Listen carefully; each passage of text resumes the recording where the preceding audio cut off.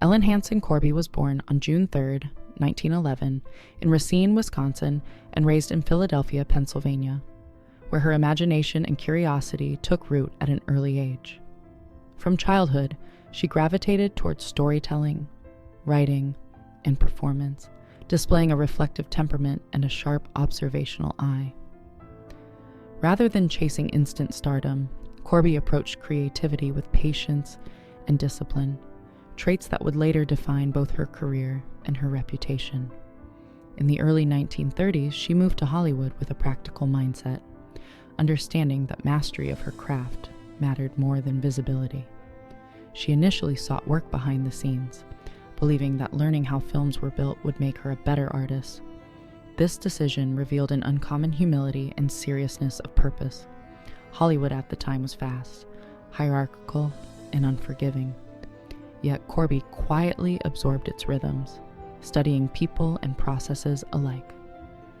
These early experiences shaped her grounded presence and gave her performances a realism that audiences would later find deeply reassuring.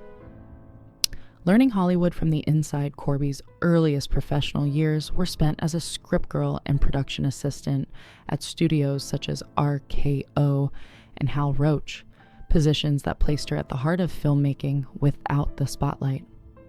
This behind-the-scenes work gave her a rare education in continuity, pacing, and emotional logic, skills many actors never formally learn. She observed directors, cinematographers, and performers closely, developing an intuitive understanding of how subtle choices translated on screen. Far from being a detour, this period became the foundation of her acting style, precise, economical, and emotionally honest. While the work was demanding and often invisible, Corby valued it deeply, seeing it as preparation rather than compromise. Over time, her desire to act grew stronger, and she began auditioning for small roles. The transition was gradual, marked by uncredited appearances and modest parts, yet she approached each opportunity with seriousness and respect. Her patience during these formative years reflected a belief that longevity mattered more than quick recognition, a belief that ultimately proved correct. The slow rise of a character actress. Throughout the 1930s and 1940s, Ellen Corby worked steadily, though rarely in leading roles, building a reputation as a dependable and thoughtful character actress. She was often cast as stern, practical, or quietly authoritative figures, roles that matched her composed demeanor and expressive restraint. Unlike performers who relied on theatrical flourishes, Corby favored subtlety, conveying emotion through timing, posture, and carefully chosen silence. This made her especially effective in supporting roles where she could enrich a scene without overwhelming it. Her breakthrough came in 1948 with I Remember, Mama, in which she portrayed Aunt Trina with warmth and emotional authenticity. The performance earned her an Academy Award nomination and a Golden Globe, finally bringing industry recognition to decades of perseverance. More importantly, it confirmed her strength in portraying deeply human characters shaped by hardship and resilience. This success opened doors to more substantial work, allowing Corby to become one of Hollywood's most trusted performers in emotionally grounded supporting roles. Film and television in the Golden Age. In the 1950s and 1960s, Corby became a familiar and respected presence across both film and television. She appeared in notable films such as Shane, Sabrina, and The Young Lions, often embodying moral clarity and emotional steadiness amid larger dramatic arcs. Her performances were rarely flashy, yet they anchored stories with credibility and warmth. On television, she guest starred in a wide range of series, including The Andy Griffith Show and The Twilight Zone, demonstrating her versatility across genres. Whether portraying gentle wisdom or quiet firmness, Corby brought authenticity to every role, earning admiration from peers and directors alike. She became known as an actor who elevated material through discipline rather than ego. This period also coincided with personal independence, following her divorce from Frances Corby, a chapter she rarely discussed publicly. Instead, she poured her energy into her work, cultivating a professional identity defined by reliability, seriousness, and emotional intelligence, qualities that made her indispensable during television's rapid expansion. Becoming Grandma Walton, Ellen Corby's most enduring role arrived in 1972 when she was cast as Grandma Esther Walton on CBS's The Waltons. The character embodied firmness, faith, and devotion, qualities Corby portrayed with remarkable restraint and sincerity. Rather than sentimentalizing the role, she grounded Grandma Walton in lived experience, making her both comforting and formidable. Audiences responded immediately, seeing in her a reflection of strength shaped by hardship rather than nostalgia. Corby's performance earned multiple Emmy Awards and a Golden Globe, cementing her status as a cultural touchstone. The role resonated during a time of social change, offering viewers a sense of moral steadiness without idealization.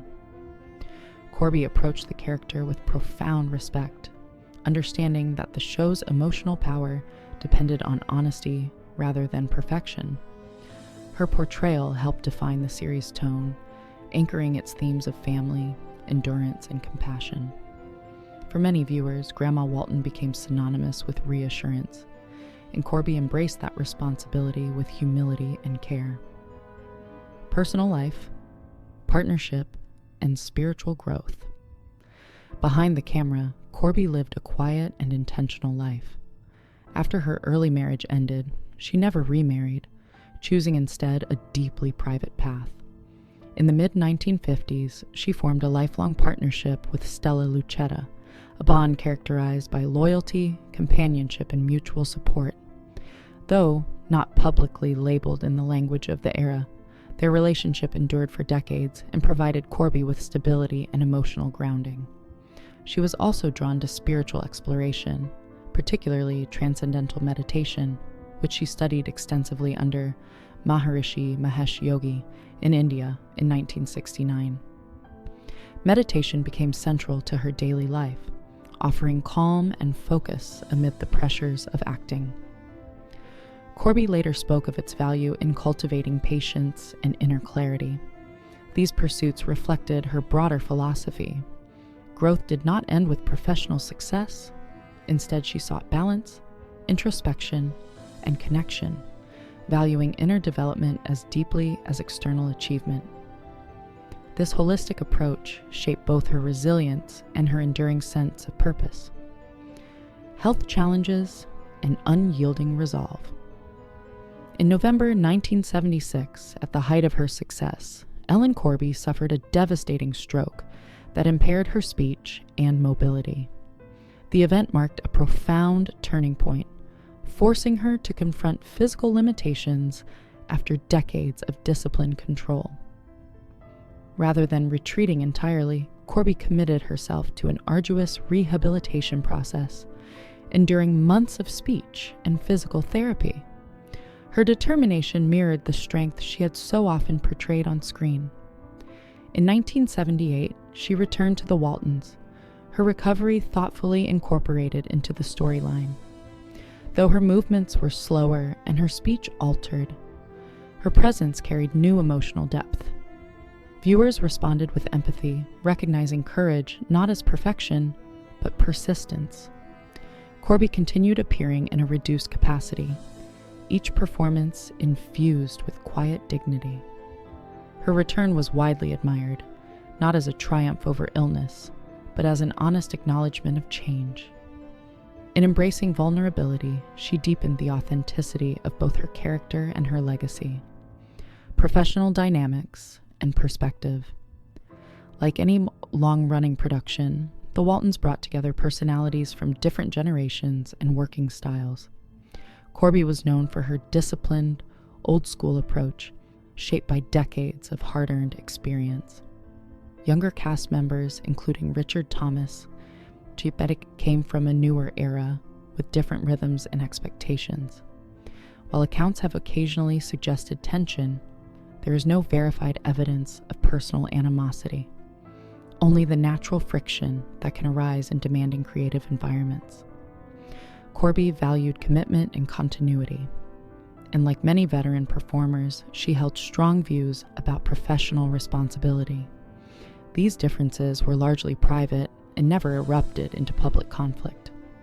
Importantly, her colleagues consistently described her as serious, reserved, and deeply dedicated to her craft. Reducing her complex character to interpersonal rumors oversimplifies a woman defined by perseverance and integrity.